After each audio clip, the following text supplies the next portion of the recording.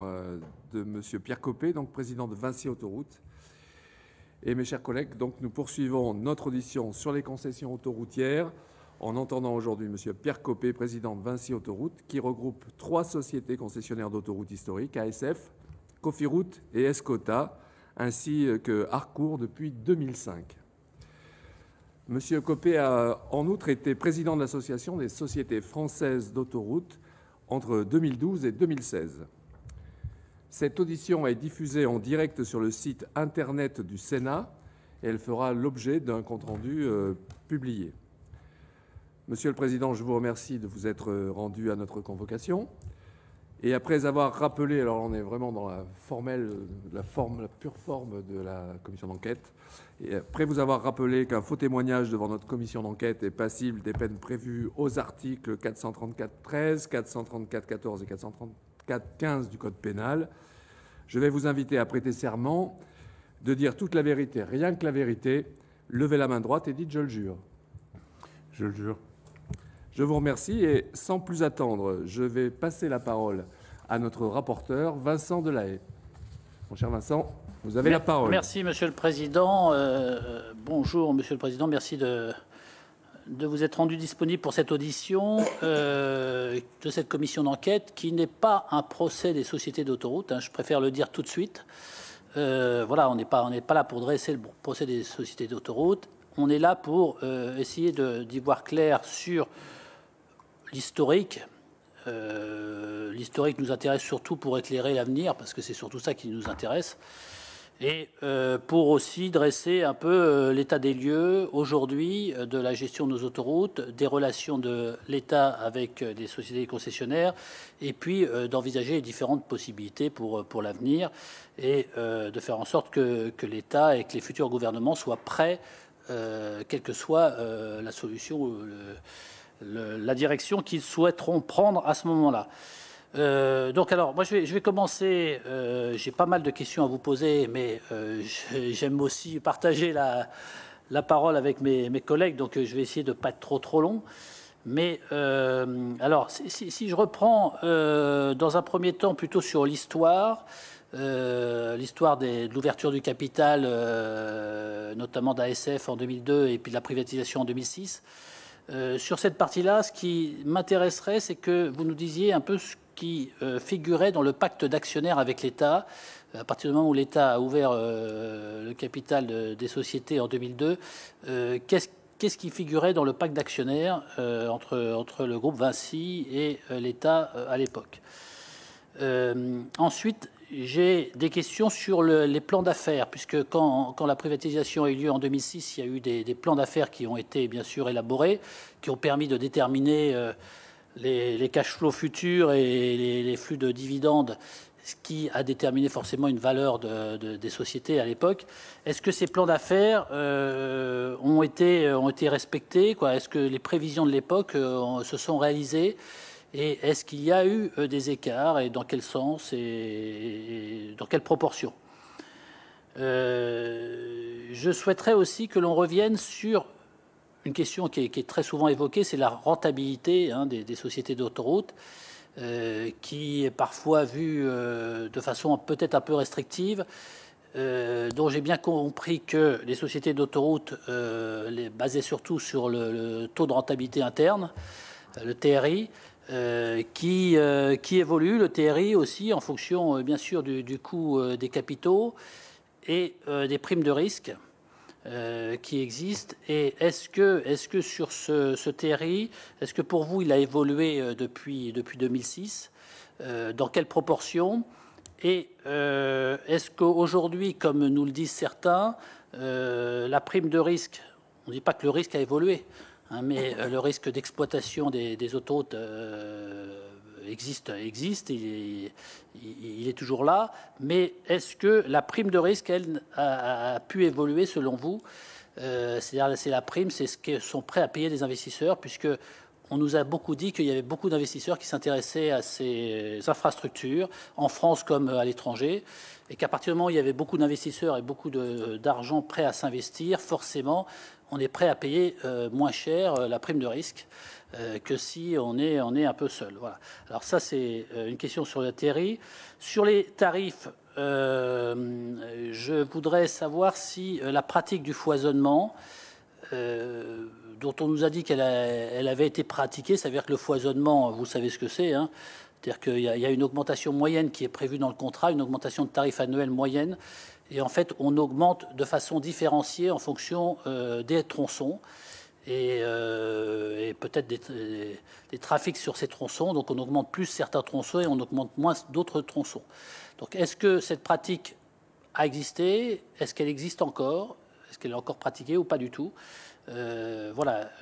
Alors, c'est peut-être une première série de questions que je compléterai après, parce que sinon, ça va être un petit peu long, Monsieur le Président. Merci, mon cher Vincent. Monsieur Copé, on va vous donner la parole sur ces éléments de première... Et vous allez nous donner des éléments de vos premières réponses là, sur les sujets importants et marquants de cette commission d'enquête. Allez-y. Merci, Monsieur le Président. Merci, Monsieur le rapporteur. Madame et Messieurs les sénateurs, j'ai compris que la règle du jeu m'autorisait à un propos liminaire de présentation et donc juste de ce droit, en vous remerciant d'abord de l'opportunité que vous me donnez en organisant cette audition. Je suis salarié du groupe Vinci où j'ai occupé différentes fonctions depuis 1992. Vinci est le premier groupe européen et parmi les tout premiers groupes mondiaux de concession et de construction. Et Vinci est né du rapprochement d'un grand nombre de groupes de construction qui ont en commun d'avoir tout au long du XXe siècle développé leur activité autour de différents modes contractuels, dont celui des concessions, qui, je le rappelle, consiste à concevoir, construire, financer et exploiter des grands projets d'infrastructure. Les plus connus et les plus importantes sont les concessions d'autoroutes qui nous réunissent aujourd'hui, mais je pourrais également citer les parkings, les aéroports, la concession du Stade de France dont je suis déjà venu parler ici, la concession de la ligne à grande vitesse Tours-Bordeaux ou de nombreux projets de moindre importance avec des collectivités locales. Je suis le patron de Vinci Autoroutes depuis 2009 et Vinci Autoroutes regroupe 5 sociétés gérant 7 contrats dont la fin s'échelonne entre 2032 et 2086. Cofiroute, qui est privé depuis sa création, ASF, qui a été privatisé en 2006 après que son capital ait été ouvert en 2002, Escota, qui est la filiale d'ASF, Harcourt, concession de l'autoroute A19 gagnée en 2005, Arcos, qui est le contournement de Strasbourg, que nous avons gagné en 2017. Et enfin, nous gérons 2 tunnels dont les concessions sont adossées à nos concessions. L'un, l'A86, adossé à Cofiroute, en région parisienne, et l'autre, le tunnel de Puy-Morins, adossé à ASF. Vinci Autoroute, c'est 4443 km d'autoroute, c'est 415 diffuseurs, 6000 ouvrages d'art, 100 millions de mètres carrés de chaussées, c'est 266 aires de repos, 187 aires de service, c'est 34 parkings de covoiturage et 320 gares de péage. En 2019, cet ensemble a réalisé un chiffre d'affaires légèrement supérieur à 5500 millions d'euros et un résultat net de 1,7 milliard d'euros. Nous supportons une dette de 18 milliards d'euros et nous sommes parmi les tout premiers contribuables français puisque nous avons versé plus de 1,8 milliard d'euros d'impôts l'an passé, sans compter le milliard d'euros de TVA collecté. Les concessions sont un outil d'investissement et depuis la privatisation, nous avons investi 12,5 milliards dans nos concessions pour construire des sections nouvelles, pour élargir des sections existantes ou pour améliorer leur performance environnementale. Ces investissements étaient prévus ou bien dans nos contrats ou bien ajoutés par les contrats de plan, le paquet vert autoroutier, le plan de relance autoroutier de 2015 ou le plan d'investissement autoroutier qui a représenté 430 millions pour Vinci. Depuis la privatisation, nous avons, et j'ai plaisir à le dire, beaucoup travaillé à l'amélioration de la qualité de service aux usagers, avec l'adoption d'un contrat de service, avec une amélioration de la qualité des offres de nos installations commerciales, avec le développement du télépéage. Nous avons acquis des concessions dont le péage était manuel et qui est maintenant automatique, avec une amélioration du niveau de satisfaction des usagers qui est mesuré chaque année par un institut de sondage indépendant. Et je le dis parce que c'était aussi la logique industrielle des privatisations que cette amélioration de la qualité, et je crois qu'on peut en souligner les promesses et autant que la bonne réalisation. Je voudrais également dire que nous sommes fiers de notre modèle social puisqu'il nous a permis de faire face à la révolution de l'automatisation du péage sans licenciement, qu'il nous a permis d'atteindre un niveau de performance remarquable en termes de sécurité de nos salariés. Nous avons divisé par 5 l'accidentalité sur nos réseaux et il nous a permis de développer l'actionnariat salarié et j'ai plaisir à dire que 100% de nos salariés bénéficient d'accords d'intéressement, de participation et sont actionnaires du groupe Vinci. Nous sommes également fiers de notre politique environnementale puisque nous avons investi dans la protection de la ressource en eau, dans la préservation de la biodiversité, et nous avons sensibilisé nos collaborateurs et l'ensemble de nos parties prenantes à ces questions. Nous appliquons les nouvelles normes environnementales qui se sont multipliées et notre impact sur l'environnement n'a cessé de s'améliorer depuis la prise en charge de ces concessions il y a maintenant plus de 10 ans. Pour citer un seul exemple, nous avons déployé sur le contournement de Strasbourg 1300 hectares de mesures de compensation sur une emprise de 280 hectares, ce qui donne un rapport de proportion édifiant.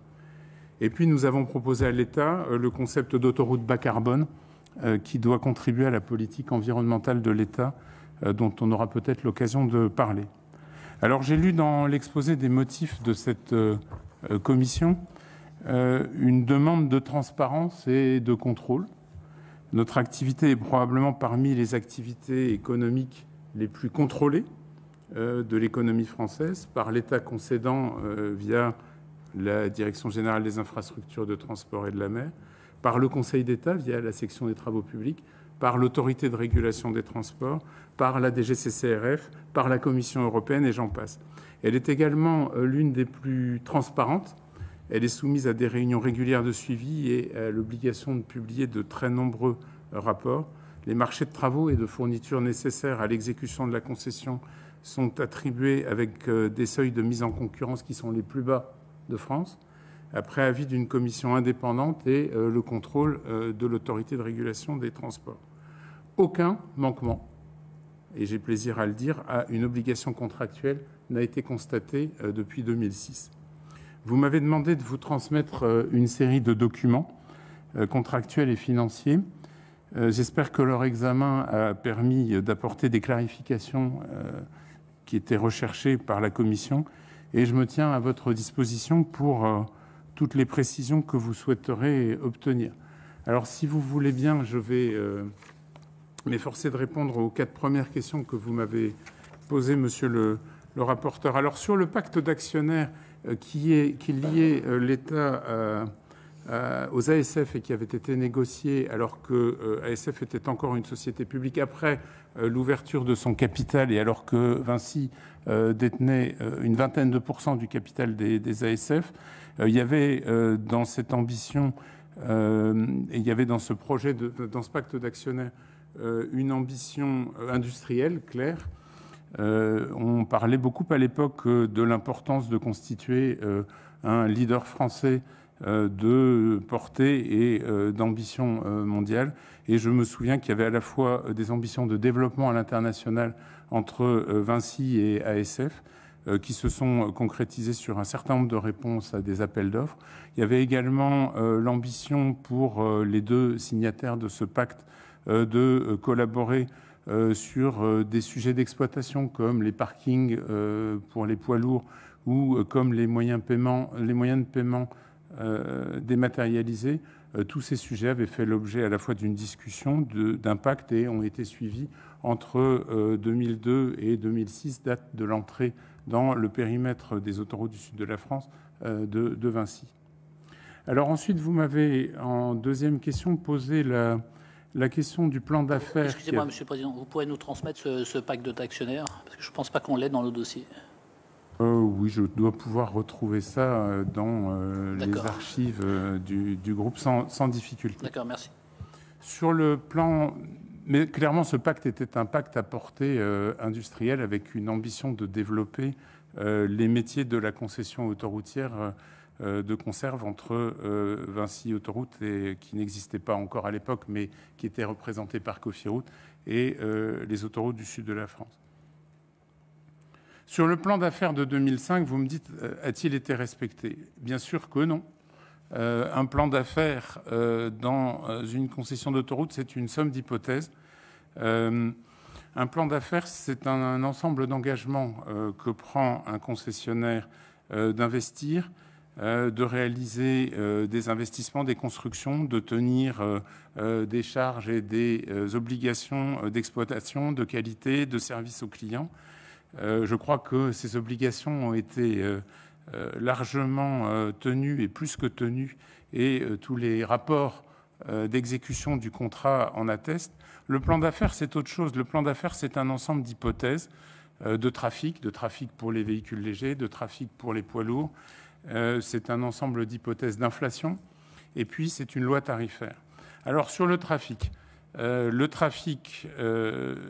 juste après la privatisation, s'est effondré. Je me souviens d'une période très difficile, qui est la période qui a suivi la crise de Lehman Brothers en 2007, où les trafics des poids lourds baissaient de 20% et les taux d'intérêt montaient à 7%. Je me souviens qu'à cette époque-là, nous avions une grande crainte de liquidité, puisque nos recettes baissaient et nos charges étaient fixes. Et je me souviens que nous avions souscrit à l'époque, pour conserver notre liquidité,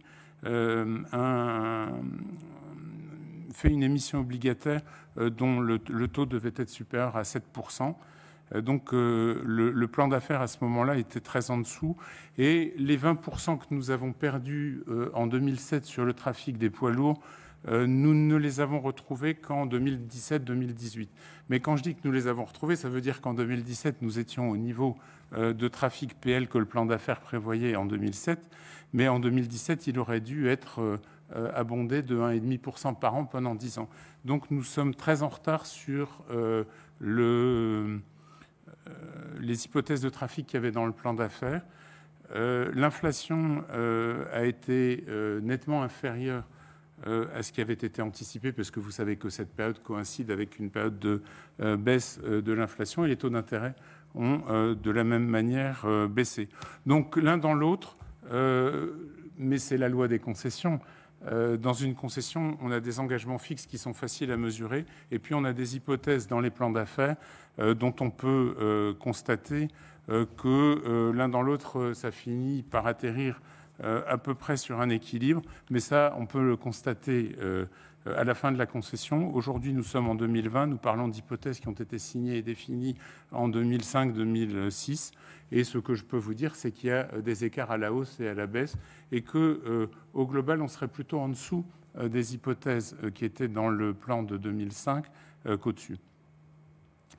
Alors, sur la question de...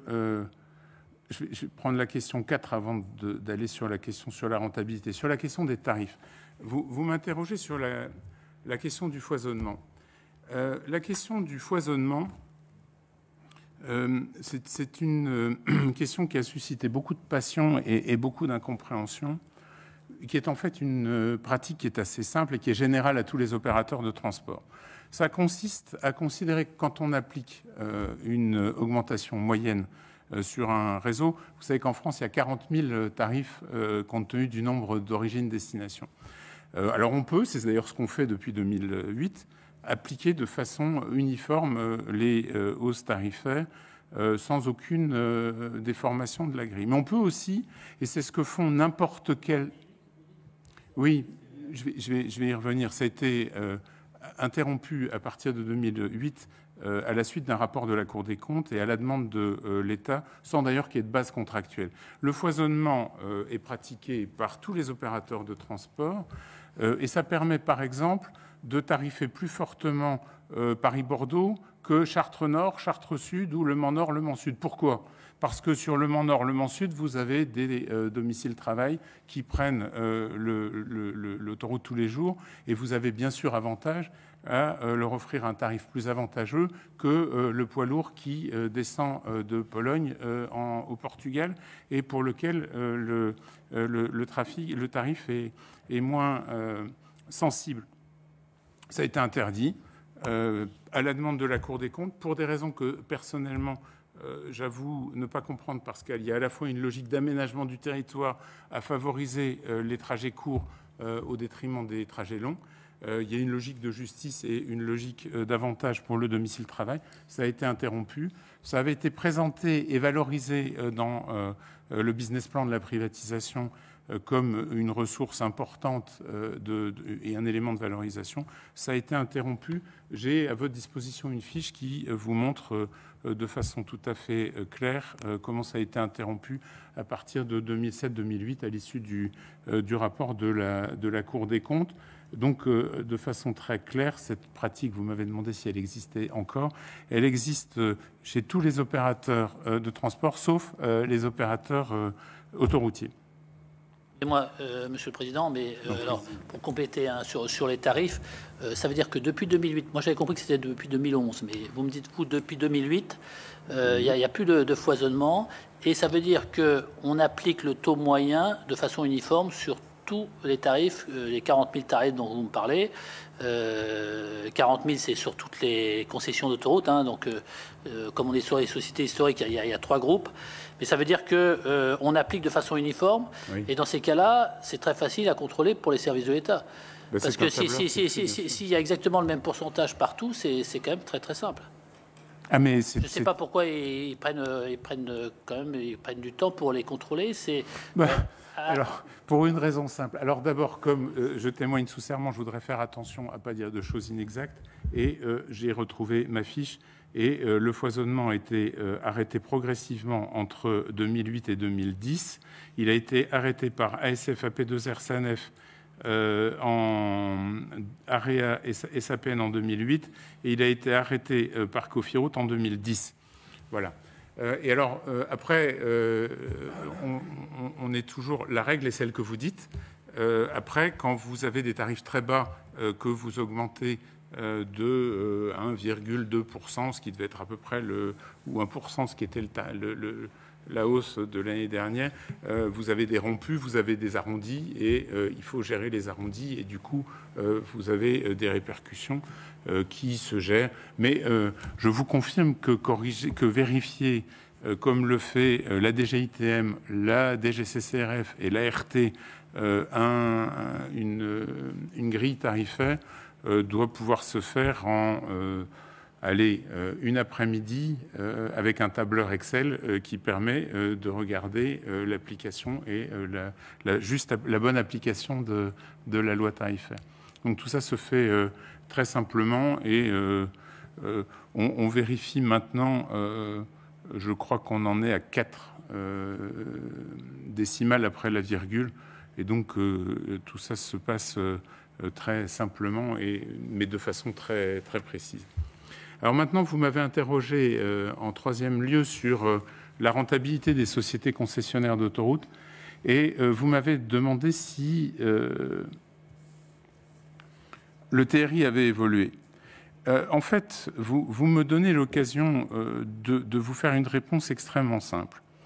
Lorsque on achète ou lorsque on investit dans une concession, on s'arme d'un ensemble d'hypothèses et de convictions avec souvent la foi du charbonnier. Quelle sera l'inflation en 2030 ? Quel sera le trafic en 2032 ? Quel sera le prix des travaux ?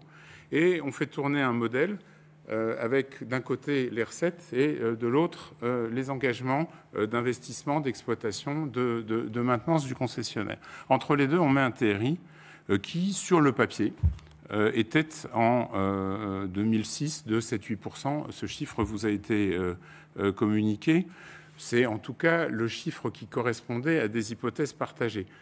Il arrive que mes convictions ne soient pas les mêmes que celles du concédant. Il arrive que j'ai plus foi dans la croissance du tarif ou du trafic, pardon, que le concédant. Et donc, mon TRI va être différent. Enfin, à l'arrivée, si on est d'accord sur des hypothèses, on est d'accord sur un TRI. Comment ce TRI évolue-t-il? Je n'en sais rien. Je vous donne rendez-vous en 2032 pour vous dire ce qu'aura été le TRI d'Escota. Ce que je peux vous dire, c'est que depuis cette période, nous avons énormément investi. Nous avons eu des avenants qui ont prévu ces investissements, qui ont été compensés, qui par des tarifs, qui par de l'allongement. Ce que je peux vous dire, c'est que nous avons eu des hauts et des bas. Il y a eu des années avec de grandes baisses de trafic, des années avec une hausse de trafic. Aujourd'hui, nous sommes en dessous. Et aujourd'hui, nous avons considérablement investi. Et donc, nous sommes encore payés des promesses de rentabilité à venir. Et donc, le TRI, aujourd'hui, je ne suis pas en mesure de vous dire si nous le réévaluons. Je considère que les hypothèses ont beaucoup bougé par rapport à ce qu'elles étaient en 2006 et qu'elles bougeront encore d'ici à la fin des concessions. Je considère que l'un dans l'autre, tout ceci devrait donner un modèle qui restera sur un équilibre comparable, à défaut d'être semblable, mais je ne sais pas vous dire, et personne ne peut vous dire, quel est le TRI à date. Le TRI à date est un non-sens. Vous avez un TRI théorique à la signature du contrat, vous constatez un TRI à la sortie, vous pouvez dire comment ont évolué les choses, mais le calcul du TRI à date n'a aucun sens. Enfin, en tout cas, c'est une hypothèse qui suit une autre hypothèse.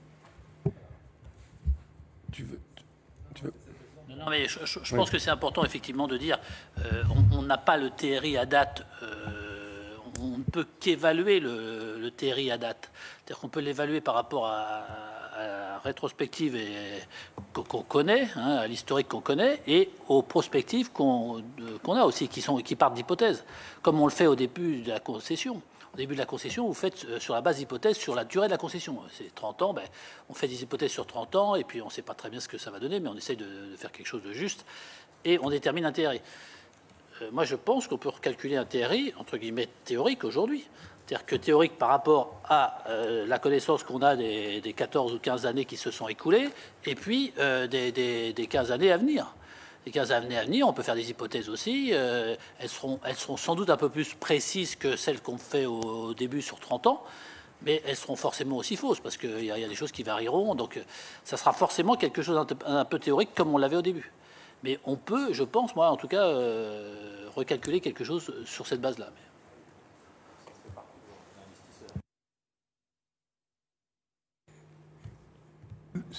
Je ne peux pas... Je vous demande pardon. Je peux constater l'évolution des hypothèses. Je peux en déduire si je suis en avance ou en retard sur mon plan de marche. C'est tout. Du rapporteur. Alors j'ai répondu et je dirais que nous sommes en retard sur le plan de marche. Bien. Oui, Éric Bocquet souhaite prendre la parole et vous interroger, Monsieur le Président. Oui, merci, Monsieur le Président. Alors, sur le TRI, justement, bon, il y a de moins en moins d'inconnus maintenant. À la date où nous sommes, la concession est à mi-parcours, grosso modo. Et donc, je me suis procuré un rapport d'un universitaire qui a fait un état des lieux des différents concessionnaires d'autoroutes, dont votre groupe. Et le constat est le même pour les trois groupes, hein, le vôtre, Eiffage et puis Abertis. Les évolutions sont les mêmes. Bon, ça, c'est peut-être annexe, mais sur le chiffre d'affaires, donc sur les années 2006 à 2017, chiffre d'affaires en hausse de 45,3%. Hein, c'est valable pour votre groupe. Baisse de charges personnelles de 12,5% à 8% du chiffre d'affaires. Hausse de la marge de 64% à 72,4%.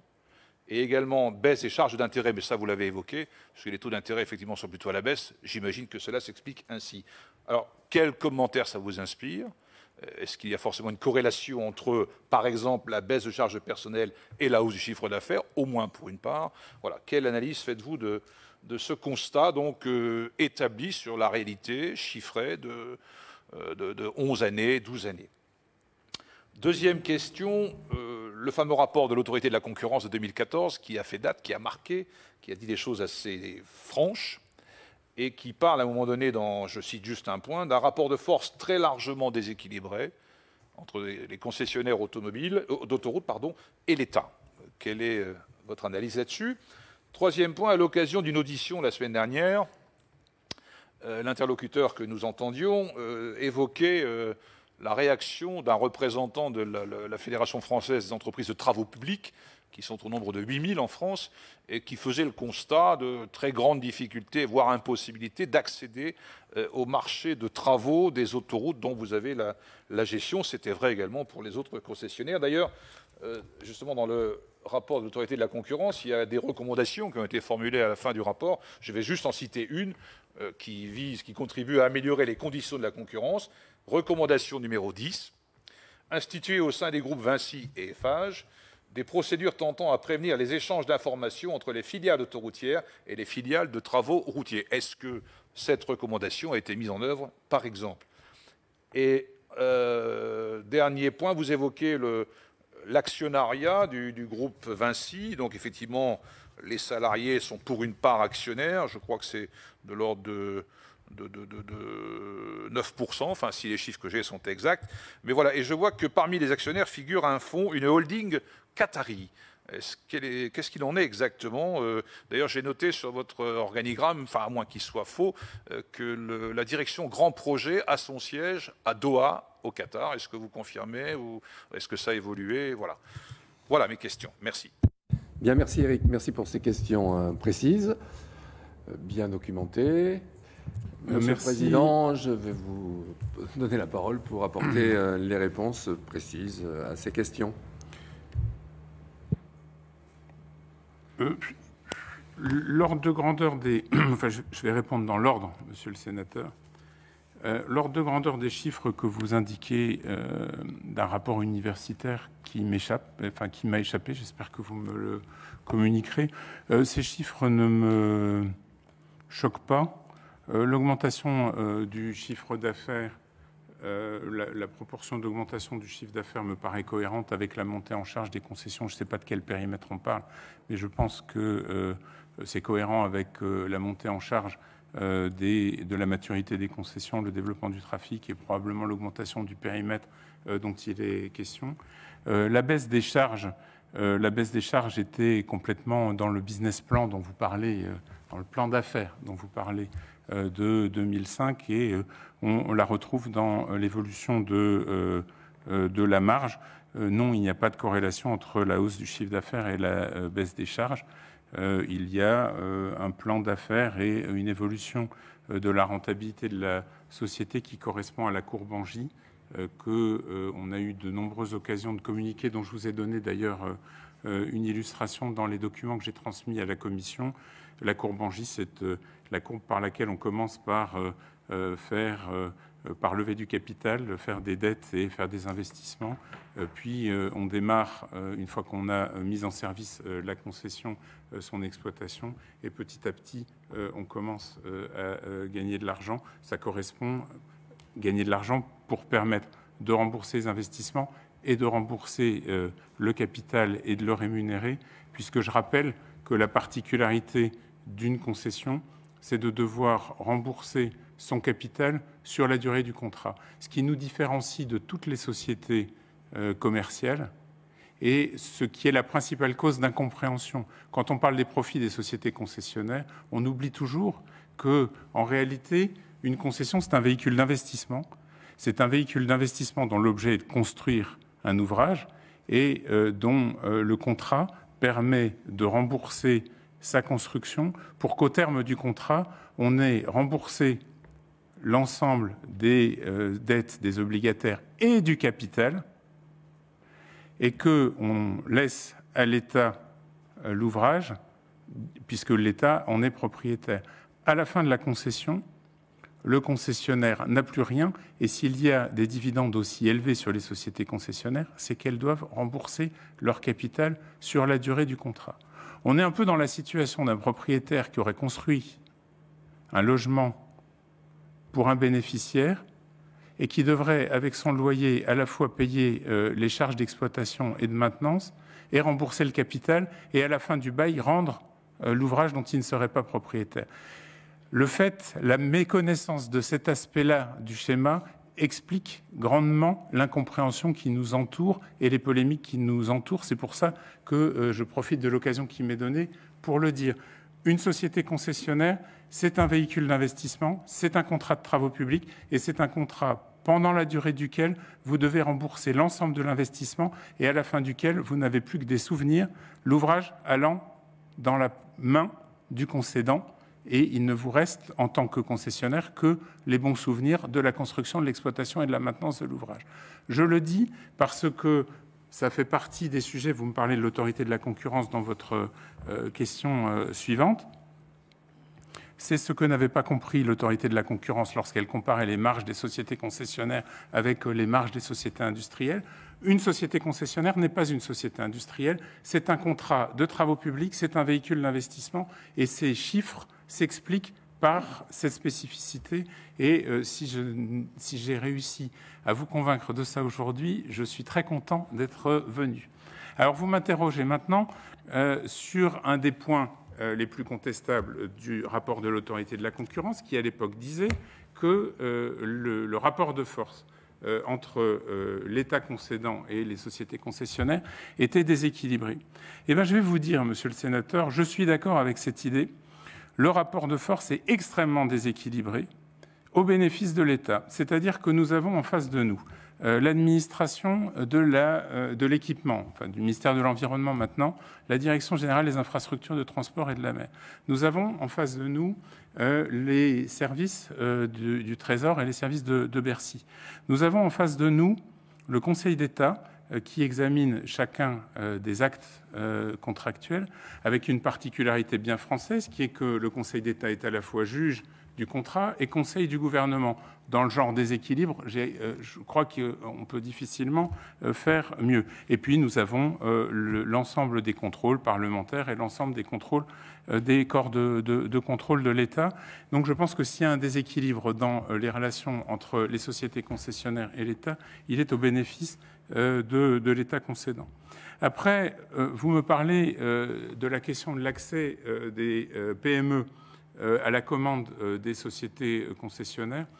Moi, cette question me semble relever des bonnes pratiques commerciales des PME des travaux publics, dont vous avez à juste raison rappelé qu'elles sont très nombreuses en France, puisque il y a 8000 PME dans les travaux publics en France. Je voudrais dire qu'il n'y a pas 8000 entreprises de travaux publics capables de travailler sur les grands travaux autoroutiers et que les grands travaux autoroutiers relèvent de la compétence d'une douzaine d'entreprises, parce que ce sont des activités qui sont à la fois très techniques, très complexes et qui requièrent des qualifications et des savoir-faire qui ne sont pas à la portée de l'ensemble des entreprises. Mais vous savez qu'à la suite de cette campagne des PME et du soutien et de l'écho qu'elle a pu obtenir, nous avons été conduits à nous engager et à attribuer aux PME une part des travaux du plan de relance autoroutier qui est suivi par une commission qui se réunit 2 fois par an. Donc je crois que après l'autre question est celle de l'accès des entreprises liées aux sociétés concessionnaires par un même actionnariat. Et je crois que toutes ces questions ont été résolues par, d'une part, l'article 6 des cahiers des charges des sociétés concessionnaires qui, dès 2006, nous obligeait à attribuer nos marchés avec une commission des marchés indépendante dans laquelle siègent des représentants qui sont aujourd'hui désignés avec validation et après accord de l'ART, en présence de la DGCCRF, avec contrôle de l'autorité de régulation des transports. Donc je crois que à la fois la transparence et l'accès des PME à la commande des sociétés concessionnaires est tout à fait garanti. Vous m'interrogez également sur la recommandation numéro 10 du rapport de l'autorité de la concurrence, qui consistait à établir des procédures au sein des sociétés concessionnaires pour éviter la circulation, ou au sein des groupes, pour éviter la circulation d'informations privilégiées dont on nous faisait soupçon. Ça m'a conduit personnellement à demander à un de mes prédécesseurs, qui était à ce moment-là devenu dirigeant d'une entreprise de construction routière, de quitter le conseil d'administration des autoroutes du sud de la France. Donc oui, nous avons appliqué cette recommandation, même si je ne suis pas sûr que ça ait beaucoup d'importance compte tenu de l'ensemble des garde-fous établis sur la dévolution des marchés des sociétés concessionnaires. Alors ensuite, vous me posez deux questions concernant l'actionnariat du groupe Vinci. Je vous confirme que parmi les actionnaires significatifs du groupe Vinci figure un actionnariat d'origine qatari. Et je vous confirme également que Vinci Construction Grand Projet a une joint venture avec un groupe qatari qui lui permet de réaliser des travaux au Qatar. En revanche, je ne vous confirme pas que le siège de Vinci Construction Grand Projet est au Qatar. Il est à Rueil-Malmaison. Ce que vous avez vu au Qatar, c'est le siège de la joint venture entre Vinci Construction Grand Projet et Qataridia. Merci, Monsieur le Président, pour des réponses précises. Rajout, mon cher Éric. La parole va être à Jérôme Bacher et ensuite à Christine Lavarde qui nous regarde et qui est en visio. Mais d'abord, Jérôme Bacher. Jérôme. Alors, si Christine nous regarde, je vais essayer de ne pas dire trop de bêtises. Alors, comme vous, je ne connais pas bien le TRI à date. J'en ai fait 2-3 dans ma vie, je crois, et avoir contrôlé un certain nombre d'investissements et de concessions, y compris. En revanche, ce que je connais, c'est, comme vous, les recettes et les dépenses. Très basiquement. Êtes-vous en avance au 31 décembre 2019 ? On va accepter l'année 2020 et j'y reviendrai. Au 31 décembre 2019, êtes-vous en avance sur votre plan d'affaires en recettes ou êtes-vous en avance sur votre plan d'affaires en dépenses ? Et ou l'inverse, parce que quand on est un TRI sans doute un peu en dessous, on peut avoir avancé des dépenses prévues dans le plan d'affaires plus tôt et on dégrade son TRI à date. Et on peut avoir, à l'inverse, des recettes en plus ou en moins. Et donc, il faut regarder. Donc, je suis comme vous. Moi, je connais le bon argent qui rentre, le bon argent qui sort, en argent de ma grand-mère, comme on dit. Deuxième question qui est importante pour moi. Dans les concessions, il y a le sujet des biens de retour. Et qui va l'évaluer ? Ce qui est pour moi un vrai sujet. Où en êtes-vous de vos discussions sur ce point-là ? Deux petites questions, j'allais dire annexes, mais vraiment annexes par rapport au sujet qui nous occupe. Est-ce que deux décisions administratives impacteraient fortement votre plan d'affaires ? Est-ce que vos contrats seraient modifiés si on passait à 110 km/h sur les autoroutes ? Si, par exemple, une décision de fermeture de l'économie administrative arrivait en 2020, oui, par exemple, on appellerait ça le confinement. Est-ce que cela, du coup, impacte vos contrats ? Parce que vous n'avez pas forcément le même produit et la même, compétitivité des produits que vous construisez et exploitez. Corrélativement, une toute petite question, est-ce que le nombre de passages au péage est toujours un indicateur avancé de l'économie ? Merci, Jérôme. Donc, Monsieur le Président, je vais vous donner la parole pour apporter des réponses à notre collègue. Vous avez la parole. Merci, Monsieur le Sénateur, pour ces questions. Sur la question, est-ce que nous sommes en avance sur les recettes et en avance sur les dépenses ? Honnêtement, si je fais le calcul, si je reprends le plan d'affaires vous m'avez posé la question à fin 2019, si je fais l'analyse des recettes à fin 2019, j'évalue effectivement que nous sommes significativement en retard sur les recettes. mais je pense que nous avons été de bons gestionnaires et que nous avons réduit nos différentes charges, mais ce n'est pas à l'échelle. Sur les biens de retour, j'ai vu que cette question avait l'air de susciter de la suspicion. Moi, je pense que cette question peut occuper les juristes jusqu'à la fin des temps. Je pense que c'est un sujet de thèse. Vous avez les biens de retour, les biens de reprise et les biens propres. Ça, c'est un bien propre, c'est sûr. Les chaussées, les ouvrages sont des biens de retour. Les biens de reprise, personnellement, je pense qu'il n'y en a pas beaucoup. Et je pense que un concessionnaire et un concédant désireux de se mettre d'accord peuvent régler le sujet assez rapidement. Après, il y a la question de l'état des ouvrages qui est, je crois, très bien réglé par les indicateurs de suivi des chaussées, des ouvrages et de l'ensemble de nos ouvrages. Donc, si vous voulez, en théorie, une concession, c'est un acte de partenariat et un contrat de confiance. Et dans ce cadre-là, je pense que ces questions se règlent très simplement. Après, en théorie juridique, on peut, et je crois que cela existe, faire des thèses, des antithèses et des contre-thèses, mais je crois que le sujet se réglera assez facilement. J'ai d'ailleurs vu avec plaisir que le président de la section des travaux publics partageait avec moi cette conviction, au moins celle-là.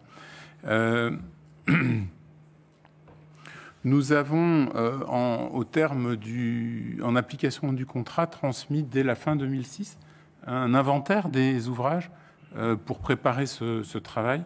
Et nous avons dans le contrat une clause de rendez-vous, je crois, 7 ans avant la fin des concessions. Donc on a le temps. On a le temps de lire des thèses, on a le temps de se préparer et de se faire confiance ou de mesurer en tout cas les points de divergence s'il devait y en avoir. Mais je pense que c'est un processus qui se passera de manière contradictoire et au fond assez simple. Alors vous m'avez demandé l'impact du confinement et je vous remercie de cette question qui va me donner l'occasion de vous dire combien je suis fier de la manière dont les gestionnaires de services publics délégués que nous sommes ont fait une démonstration de service public exemplaire. Nous avons assuré la continuité du service public pendant les pires jours du confinement. Nous avons assuré la qualité, la continuité, l'efficacité. Nos collaborateurs étaient sur le pont en continu et ont assuré d'une façon qui était, je crois, remarquable et qui a été saluée comme la contribution de la deuxième ligne, ont assuré la continuité du fonctionnement de l'économie française et des approvisionnements à un moment où c'était particulièrement difficile et à un moment où toute l'économie était mise à rude épreuve. Donc, merci de me donner l'occasion de saluer le travail qui a été fait. Il était dû. Ce qui n'était pas dû, c'est ce que nous avons fait d'assistance auprès des poids lourds qui étaient sur les réseaux concédés et auxquels nous avons, alors que les installations de restauration étaient fermées par décision administrative, nous avons organisé des distributions gratuites de repas chauds pour les camionneurs pendant cette période. Et je pense que nous avons également organisé des systèmes de dialogue avec Radio Vinci Autoroute, avec les poids lourds et des échanges sur les réseaux sociaux qui ont, je crois, assuré un peu de bonne humeur et de réconfort dans cette période qui était particulièrement difficile. Après, l'impact du confinement sur l'économie de la concession, il est comme l'impact du confinement sur l'économie française, c'est-à-dire que nous avons connu un effondrement des trafics pendant toute la phase la plus forte du confinement, puisque nous étions à moins 80% de trafic VL, voire 90-95 au plus fort du confinement, et à moins 40 pour le trafic PL au plus fort du confinement. Donc oui, nous avons eu une très forte baisse de chiffre d'affaires, nous avons eu une forte baisse de trafic et nos chantiers se sont arrêtés Au rythme des annonces du président de la République, les entreprises sont reparties dans leur foyer et les ouvriers se confinaient. Nous avions à ce moment-là 73 chantiers.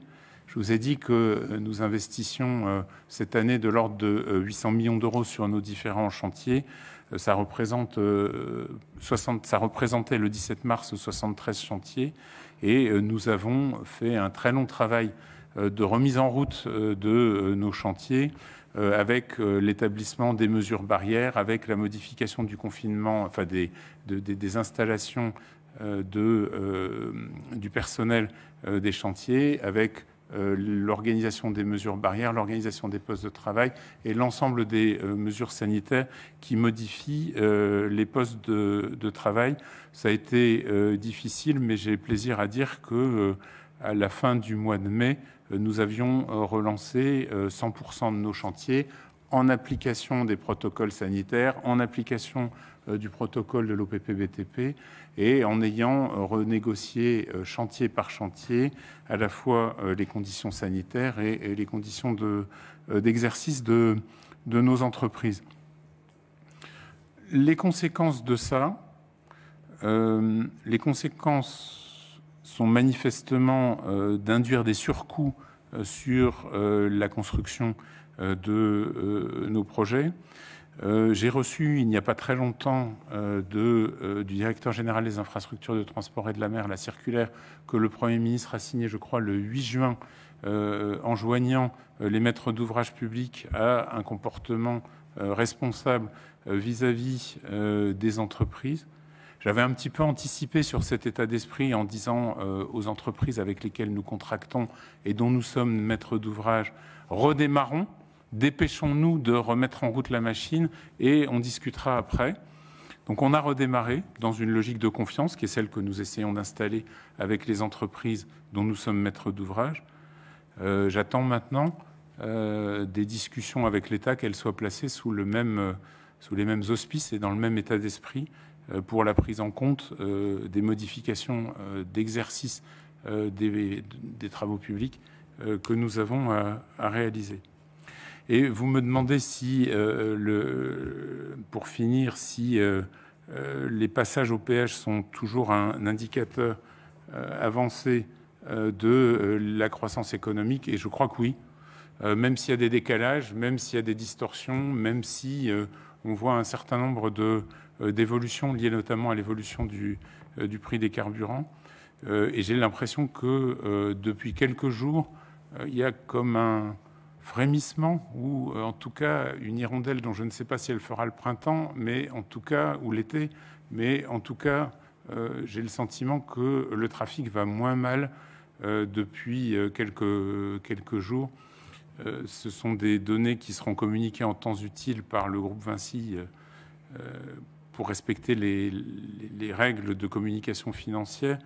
Mais disons que nous avons annoncé la semaine dernière, lors de l'Assemblée générale des actionnaires de Vinci, que le trafic était autour de moins 25, alors qu'on venait de moins 70. Et je pense que la tendance est à l'amélioration. Je peux au moins dire ça aujourd'hui, Monsieur le Président. Merci, Monsieur le Président. Une petite précision de la part de notre rapporteur. Oui, Christine Lavarde va m'excuser, mais je voudrais juste enchaîner sur les prévisions, là, puisque ça faisait partie des questions que je m'étais réservées pour la suite. Mais alors, au-delà de ce que vous venez de nous dire, vous avez quand même une prévision pour l'année 2020. On vous l'a demandé. D'ailleurs, je vous remercie des documents et des informations que vous avez pu nous transmettre jusqu'à présent. Mais je vous ai redemandé donc ces informations la semaine dernière, hein, donc c'est normal qu'elles ne soient pas encore parvenues. Mais quelles sont vos prévisions pour l'année 2020 ? Est-ce que, en termes de chiffre d'affaires, vous perdez plus de 2 mois ? Moi, j'avais estimé à 2 mois la perte de chiffre d'affaires globale. Vous avez dit 80%, pour les poids lourds, c'était 45%. Est-ce que, à la fin de l'année, vous pensez qu'on sera à plus de 2 mois de perte de chiffre d'affaires ? Est-ce que vous pensez avoir des résultats positifs ou faire une perte pour l'exercice 2020 qui sera quand même noir un peu partout ?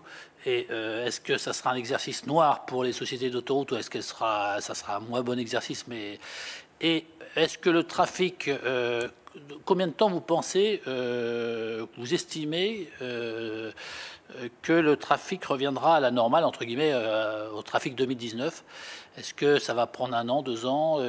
Comment vous estimez et quels sont... voilà, j'imagine que vous avez recadré un peu vos prévisions d'ici la fin des concessions, parce que je pense que vos services, même si vous considérez être en déséquilibre vis-à-vis de l'État, ce dont je vous laisse la responsabilité, mais moi j'en suis pas archi convaincu, parce que c'est pas tous les services de Bercy qui suivent les autoroutes. Hein. Vous dites tous les services de Bercy, mais quand on regarde un petit peu derrière, ça fait quand même loin d'être tous les services de Bercy. Mais ceci étant, j'imagine que vous avez refait des prévisions. Donc, est-ce que comment vous anticipez tout cela et quelles conséquences ça a effectivement sur la rentabilité de vos contrats? Alors, Monsieur Copé, allez-y. je vous confirme que 2020 est une année noire.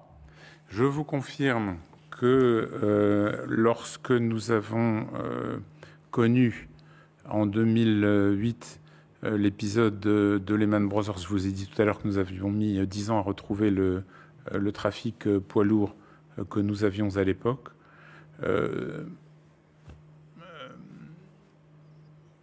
Je vous confirme que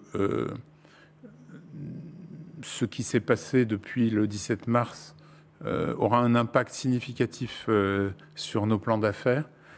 Et je vous confirme que pour être concessionnaire, il faut avoir confiance dans l'avenir. Et nous pensons que, sans qu'il me soit possible de faire des hypothèses, est-ce qu'il y aura reconfinement, est-ce qu'il y aura... je ne suis pas capable aujourd'hui de dire dans quel cadre, dans quel schéma d'hypothèse sanitaire nous nous inscrivons. Mais j'aurais tendance à dire et à espérer que le trafic sur l'autoroute reviendra rapidement pour les VL et ne prendra pas trop de temps pour les PL compte tenu des relances et des efforts attendus de soutien à l'économie. Mais ça m'est difficile de vous dire plus. Et sauf à enfreindre les règles de la communication financière, je ne peux pas vous donner aujourd'hui les hypothèses d'atterrissage de fin d'année qui sont de toute façon fausses puisque ça varie tous les jours. Je vous ai dit que la semaine dernière, on était à moins 25 et qu'on avait indiqué ce chiffre. Je vous ai dit que les choses allaient moins mal. Je ne sais pas comment elles iront la semaine prochaine parce qu'il suffit de...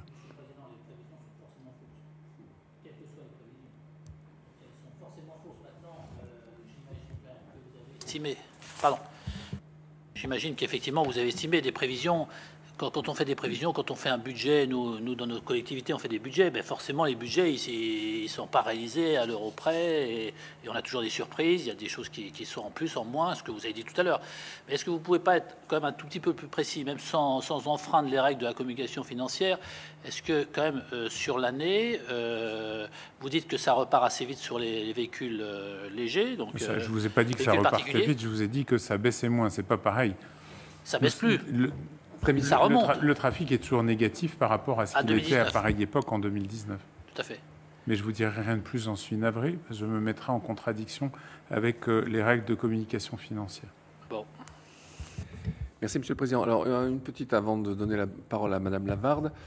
Monsieur Bachere avait fait une allusion aux 110 km/h. Est-ce que vous avez c'est tout nouveau, hein, ça vient de nous arriver, c'est sur le tapis. Ou est-ce que cette idée va prospérer? On ne sait pas. Mais voilà, il y avait cette petite question en plus de M. Bachere.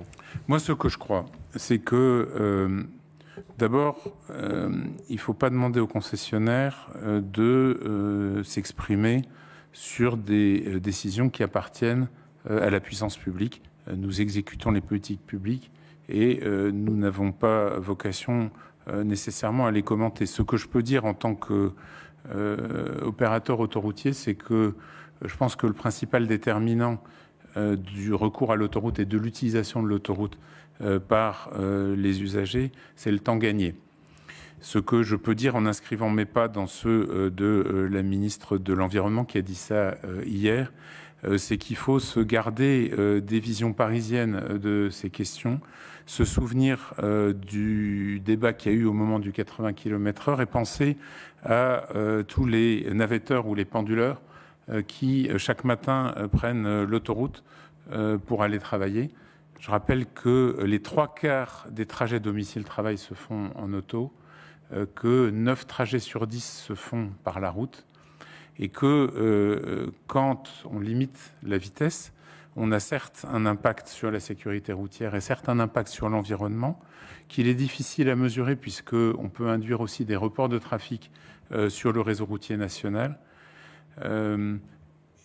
Et donc, une fois que j'ai dit ça, je pense que c'est une décision compliquée, lourde de conséquences, qu'il ne m'appartient pas de commenter au-delà de ce que je viens de dire. En tous les cas, merci de ces éléments de réponse. Bien, Madame Lavarde, chère Christine, vous avez la parole. Oui, merci, Monsieur le Président. Alors moi,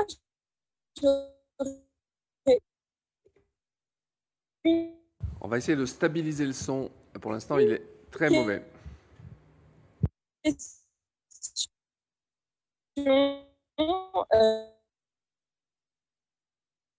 Qui concerne aussi ce que je pourrais qualifier peut-être d'un contre.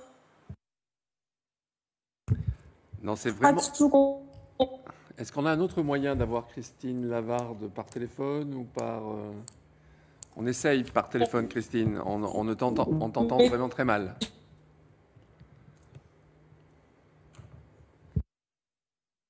Le rapporteur, vous voulez prendre le relais en attendant qu'on stabilise? Non, le son est toujours très mauvais. C'est qu'il y a des micro-coupures très importantes. Comment fonctionne l'occupation des aires d'autoroute et si jamais les concessionnaires d'autoroute étaient intéressés aux chiffres d'affaires. Voilà, en fait, du coup, le fonctionnement... Monsieur le Président, il faut peut-être redemander à Christine de reformuler si le son est meilleur. Christine est vraiment désolée, le son est très mauvais et on a compris qu'il y avait une question qui mettait quelle est la relation entre les concessionnaires d'autoroute et les prestataires de services sur les aires de repos. Si j'ai bien compris, c'est une question qui te tient à cœur, mais on a vraiment très peu entendu. Donc on a entendu ça. Est-ce qu'on a fait un nouvel essai pour voir si le son s'est stabilisé?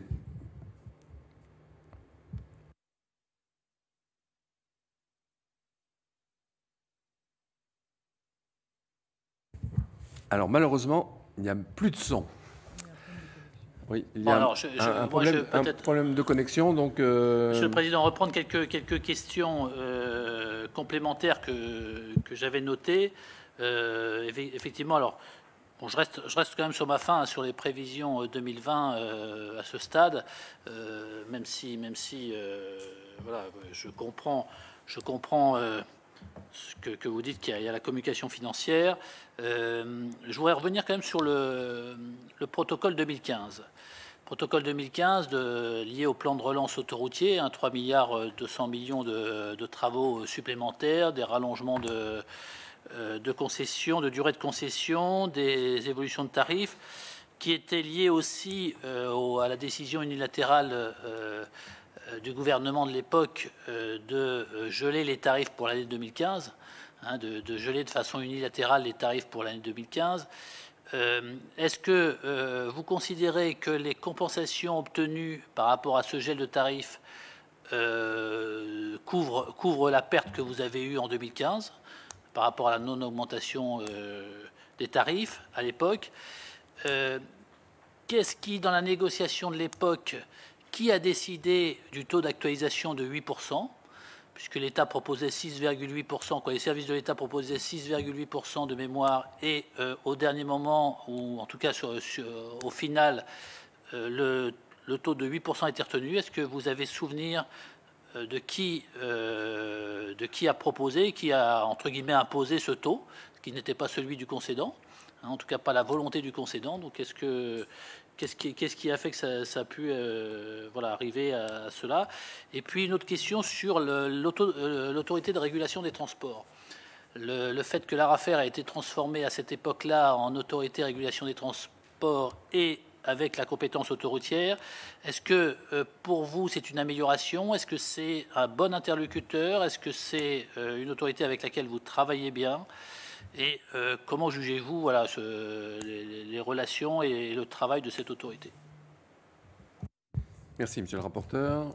Monsieur le Président, Monsieur Copé. Merci de ces questions, Monsieur le rapporteur. Est-ce que je considère que la compensation du gel tarifaire a été bien faite? Elle a été faite avec les mêmes hypothèses de calcul que celles qui avaient conduit à l'augmentation avant le gel. Donc, je considère que oui, ça a été fait de manière équitable et j'ai pas d'autres commentaires à faire sur la compensation du gel de 2015. Je dis ça, excusez-moi, parce que l'ART, justement, sur laquelle je vous pose une question ensuite, chiffre à 500 millions d'euros le coût pour les usagers de ce gel. C'est-à-dire que les usagers, finalement, avec le rattrapage sur les années suivantes, là, 2019-2022, je crois, ou je ne sais plus exactement si c'est ça. 2023. Et l'ART a calculé que c'était un coût de 500 millions d'euros supplémentaires pour les usagers, et donc forcément... Oui. En faveur des sociétés d'autoroutes, parce que c'est pas l'État qui bénéficie de ces 500 millions. Alors, ça, je pense que c'est le plus désagréable des malentendus qu'il y a eu dans la période récente. Enfin, en fait, l'ARAFER, à cette époque, commençait sa mission. Je pense qu'il y a eu, dans la compréhension de ces questions, une erreur de calcul de l'ARAFER. Je l'ai d'ailleurs écrit au président en roman à l'époque. Quand on calcule une compensation, on l'a fait avec un ensemble d'hypothèses. Si ensuite on n'applique pas cette compensation et qu'on veut la rattraper, il faut reprendre les mêmes hypothèses. Si vous prenez des hypothèses différentes, et c'est ce qu'a fait l'ARAFER, vous arrivez évidemment à un résultat différent. Et en l'occurrence, l'ARAFER a dû décaler d'un demi-point un taux d'actualisation, sachant qu'on parle d'un impact sur un chiffre d'affaires qui est de 10 milliards fois 20 ans. Et donc, si vous décalez d'un demi% ou d'un dixième un taux d'actualisation sur 200 milliards, vous arrivez à 500 millions, mais c'est un chiffre absurde.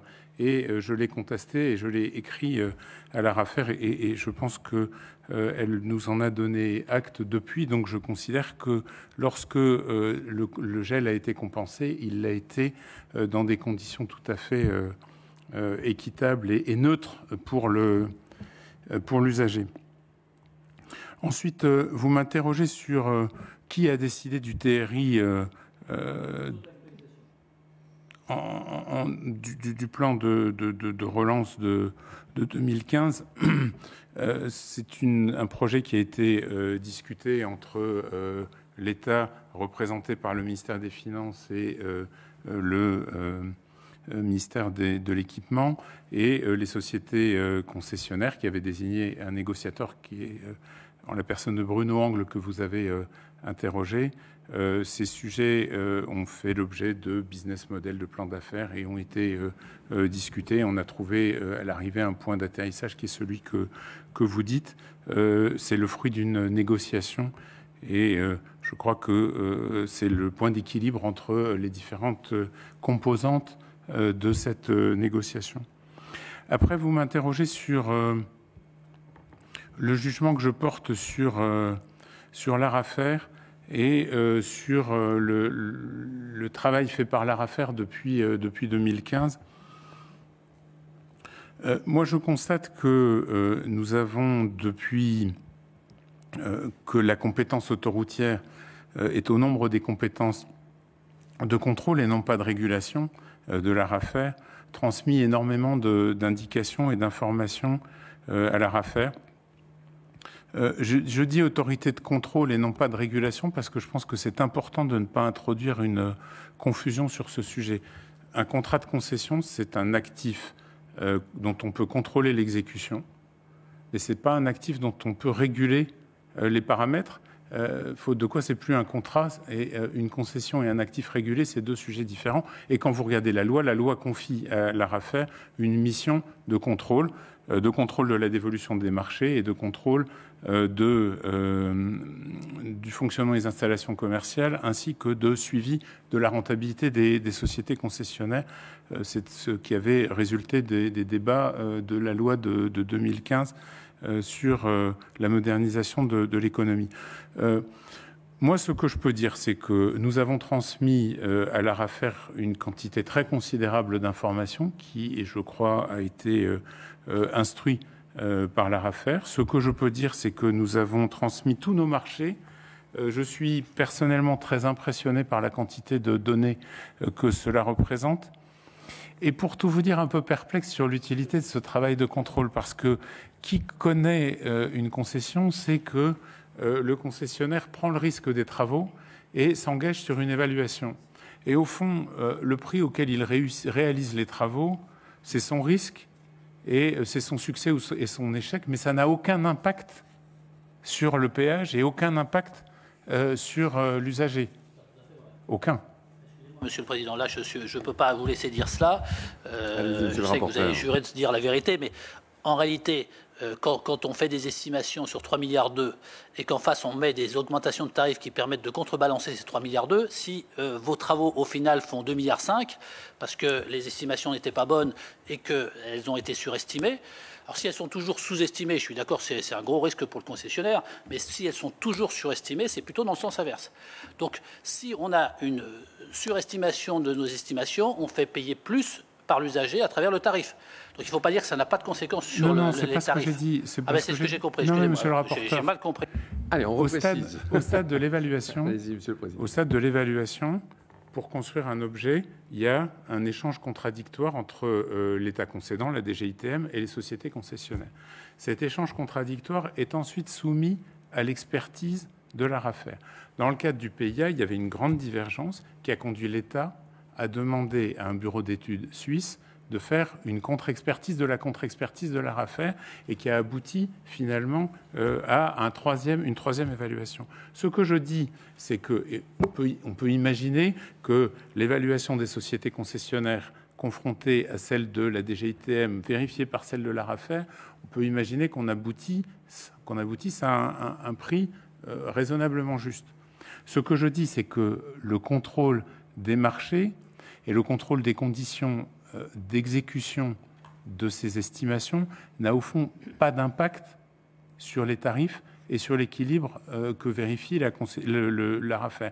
Et donc je dis que ça n'est pas un travail utile et que ça n'est pas un travail qui profite à l'usager final, mais nous nous y soumettons et nous nous y soumettons en envoyant. Vous imaginez bien que quand on fait entre 800 millions et 1 milliard d'euros d'investissement par an, ça représente une quantité très considérable de marchés transmis chaque année et que ça représente un travail très considérable pour l'ARAFER, qui n'a d'ailleurs globalement rien trouvé à redire aux conditions de dévolution des marchés, d'autant que tout ça est déjà vérifié en amont par la DGCCRF, enfin par les commissions de marché auxquelles siège la DGCCRF. Monsieur le Président, la DGCCRF, je ne sais pas s'ils ont pas les moyens, je pense, humains suffisants pour pouvoir contrôler cela. Mais ils sont présents à toutes les commissions. Mais en tout cas, oui, mais c'est pas pour ça qu'ils ont eu des bases de données, des banques de données suffisantes.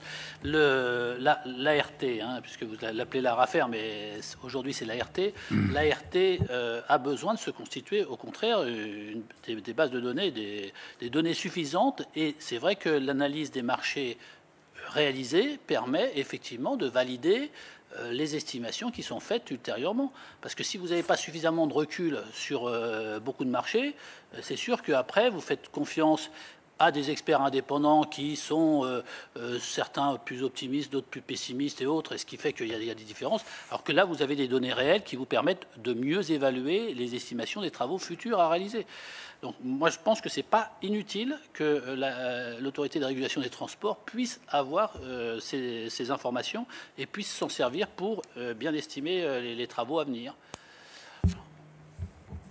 Je ne suis pas sûr que mon commentaire soit très utile. Je crois que les travaux publics sont une activité cyclique dont les prix varient. Je ne suis pas du tout convaincu de l'intérêt qu'il y a à constituer des bibliothèques de prix, parce que même si vous évaluez le prix de la tonne d'enrobé à Nice et que vous le comparez au prix de la tonne d'enrobé à Angers, selon que vous êtes proche d'une carrière ou que le prix du pétrole et du bitume auront évolué, les prix peuvent varier de 30 ou 40% à la même période. Et donc, je ne crois pas du tout à l'utilité de la mercurielle de prix que veut constituer l'ARAFER. Et je pense que c'est un travail de titan dont je doute de l'utilité, mais ça ne m'appartient pas. J'ai eu l'occasion de le dire au président Roman, mais libre à lui.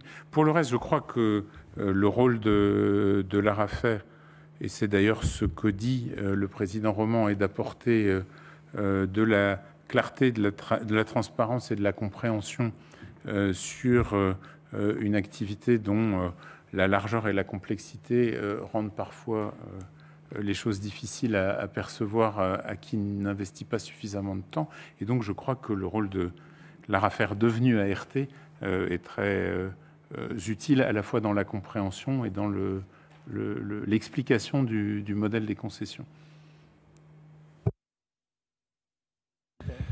Je ne pense pas, mais par contre j'ai sa question, et je peux faire humblement le porte-parole de notre collègue et sénatrice Christine Lavarde. Donc sa question est: je souhaite connaître le fonctionnement économique des aires d'autoroute. Les concessionnaires, en tous les cas le groupe Vinci, Vinci Autoroute, est-il intéressé au chiffre d'affaires réalisé dans ces espaces? Et pour troisième point, comment sont choisis les exploitants de pompes à essence, de restaurants et de l'ensemble des prestataires de services qu'ils sont et qui travaillent sur les aires autoroutières? Voilà la question de Christine Lavarde.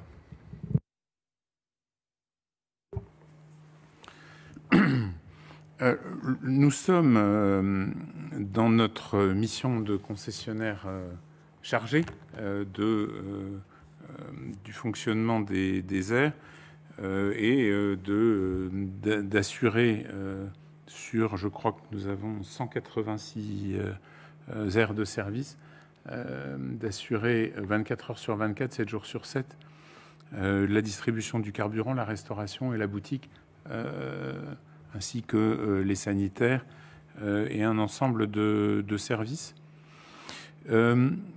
J'ai beaucoup investi depuis 2006 sur l'amélioration des services sur les aires, avec le souci de rompre avec le restoroute historique dont on a tous des souvenirs émus de la médiocre qualité, et en installant des marques de centre-ville, des systèmes de restauration modernes et une offre à la fois diversifiée et qualitative de restauration. Et je pense que nous avons réussi au fil des renouvellements de contrats de sous-concession à grandement améliorer les offres. Le concessionnaire est intéressé à cette activité avec des redevances qu'il perçoit sur les sous-concessionnaires, qu'ils soient pétroliers, restaurateurs ou sur les boutiques, redevances qui permettent d'assurer notamment les charges d'exploitation, de maintenance et de nettoyage des installations annexes aux installations commerciales dont on est le plus souvent gestionnaire. Et les exploitants sont choisis par appel d'offres. C'est une activité étonnamment réglementée, qui est très encadrée par l'État, très suivie par l'ART, alors qu'elle est très commerciale, et qu'on pourrait avoir confiance dans le développement de l'activité et des ventes pour réguler cette activité, une fois actés les principes de continuité, d'ouverture 7 jours sur 7, 24 heures sur 24.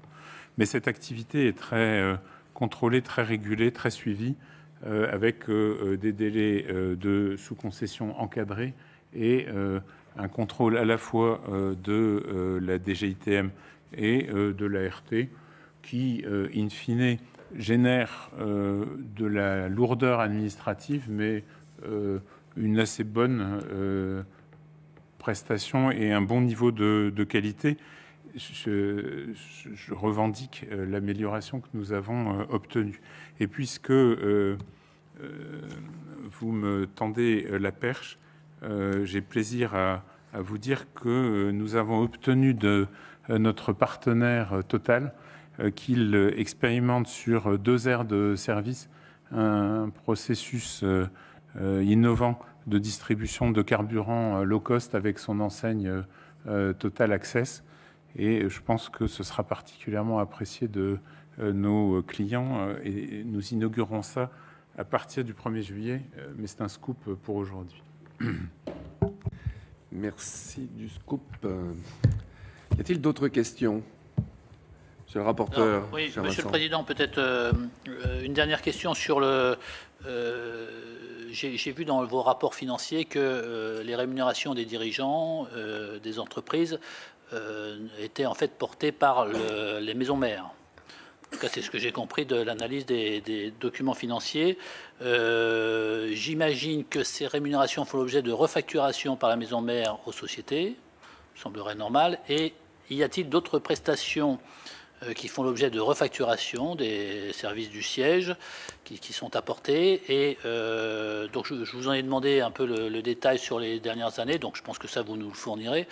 Mais est-ce que vous pouvez nous dire un petit peu quelles sont les prestations qui sont fournies par le siège aux sociétés d'autoroutes? Oui, alors je vous confirme qu'il y a un système de facturation, comme dans tous les groupes, des coûts qui sont supportés par les différentes structures. Je vous confirme que je suis salarié du groupe et je vous confirme que c'est évidemment des charges refacturées. Je vous confirme que d'autres charges sont refacturées qui relèvent notamment des prestations de conseil ou de prise en charge de compétences particulières, notamment sur les questions de financement.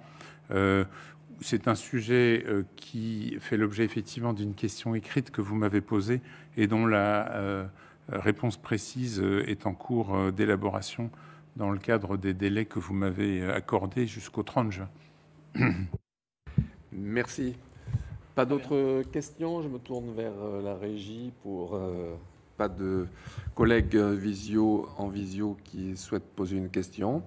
Bien, nous allons clore cette audition en vous remerciant de votre participation, Merci en remerciant beaucoup les sénateurs présents ici au Sénat dans la salle Clémenceau et nos collègues sénateurs et sénatrices présentes en visio. Merci et à tout à l'heure pour la deuxième séance d'audition. Merci. Parfait.